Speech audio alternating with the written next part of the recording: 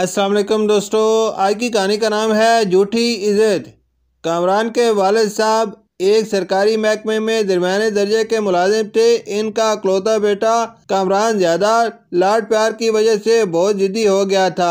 Matric का इम्तिहान पास करने के बाद अब वो जिद कर रहा था कि इसे कार चाहिए। बेटा अभी तुम छोटे हो, जब बड़े हो जाओगे तो कार दिला दूंगा। नासिर साहब ने इसे समझाया। कामरान जिद करने लगा, अबू आपकी नज़र में मैं बच्चा हूँ, वैसे मैं काफ़ी बड़ा हो गया हूँ और अब मुझे कार चाहिए वरना मैं कॉलेज नहीं जाऊँगा। मेरे बहुत से दोस्त अपनी गाड़ी में आते हैं। नासिर साहब ने समझाया, लेकिन अभी तो तुम्हारा शनाख्ती कार्ड भी नहीं बना है, इसलिए ड्राइविंग लाइसेंस भी नहीं बन सकता। अम्मी ने कहा, तुम्हारे दोस्त तो ड्राइवर के साथ आते हैं, देखा है मैंने। उफ अम्मी, कौन सा कॉलेज दूर है जो ट्रैफिक पुलिस पकड़ेगी। वैसे भी कार वालों की इतनी इज्जत होती है कि इन्हें कोई नहीं रोकता। कामरान ने ऊंची आवाज से कहा, बेटा दौलत से जो इज्जत मिलती है वो झूठी होती है। असल इज्जत हुस्न इखलाक, दूसरों की खिदमत और तालीम की वजह से मिलती है। नासिर साहब ने धीमे लहजे में समझाया, लेकिन बहुत समझाने के बाद भी कामरान नहीं माना। अम्मी और अबू दोनों खामोश हो गए। कामरान अपने कमरे में चला गया। बस फिर क्या था, उसने खाना पीना छोड़कर अपने वालिदैन को परेशान करना शुरू कर दिया। कॉलेज भी नहीं जा रहा था, इसको बस एक ही धुन सवार थी कि कार खरीद ले। आखिर मजबूर होकर नासिर साहब ने एक छोटी सी पुराने मॉडल की कार ले ली, लेकिन तय ये पाया कि कामरान खुद कार नहीं चलाएगा, बल्कि नासिर साहब इसको कॉलेज छोड़ते हुए अपने दफ्तर जाया करेंगे और वापस वो अपने किसी दोस्त के साथ आ जाया करेगा, क्योंकि दफ्तर दूर होने की वजह से नासिर साहब इसे दोपहर में घर नहीं पहुंचा सकते थे।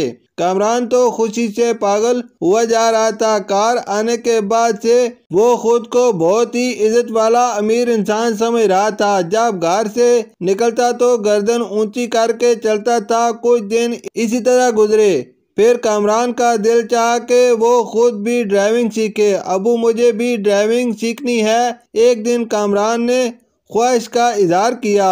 नासिर साहब ने कहा, ठीक है मैं तुमको ड्राइविंग सिखा दूंगा, लेकिन तुम गाड़ी इस वक्त चलाओगे जब तुम्हारा शनाख्ती कार्ड और लाइसेंस बन जाएगा। जी ठीक है, कामरान ने मुस्कुराते हुए हामी भर ली। अब कामरान ने ड्राइविंग सीखनी शुरू कर दी। एक दिन नासिर साहब अपने दोस्त के साथ उनकी गाड़ी में दफ्तर चले गए थे और कार घर पर ही थी। कामरान कार की चाबी लेकर घर से निकल गया। अम्मी ने बहुत रोका मगर वो ना माना और कार स्टार्ट करके चलाने लगा। इसे थोड़ी बहुत ड्राइविंग आ गई थी, मगर अभी कुछ कसर बाकी थी। अनाड़ियों की तरह वो कार चलाता हुआ गली से बाहर निकला। वो बहुत खुश था। अभी थोड़ी ही दूर गया था कि इसे ट्रैफिक पुलिस का एक अफसर मोटरसाइकिल पर आता दिखाई दिया। अफसर ने कामरान को गाड़ी रोकने का इशारा किया। अब तो कामरान डर गया। बजाय कार रोकने के इसने कार की रफ्तार मजीद बढ़ा दी। अनाड़ी होने का नतीजा ये हुआ कि कार बुरी तरह बेकाबू होकर नजदीकी दरख्त से टकरा गई। कार आगे से पिचक गई। कामरान का सर स्टीयरिंग से टकराया और खून बह निकला।